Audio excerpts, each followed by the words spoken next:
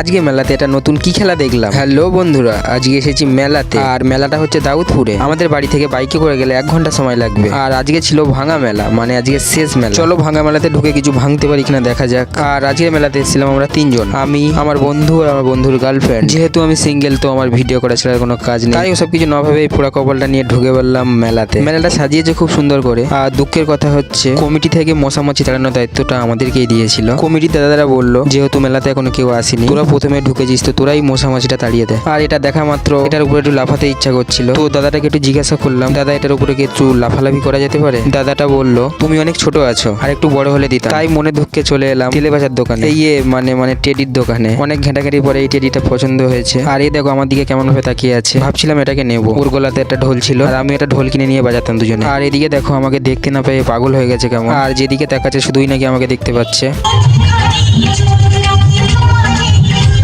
তো দেখা না দিয়ে লুকিয়ে লুকিয়ে একটু ডান্স থেকে চলে এসেছি এখন খেতে। অনেক মশামাছি তাড়িয়ে খিদেও লেগে গেছে খুব জোরে। হালকা করে একটু রোল খেয়ে চলে এলাম বাড়িতে। আর কি করছো তোমরা? সাবস্ক্রাইব কেন করছো? চ্যানেলটাকে সাবস্ক্রাইব করে রাখো এরকম মজার মজার ভিডিও দেখার জন্য। দেখা হচ্ছে পরের ভিডিওতে।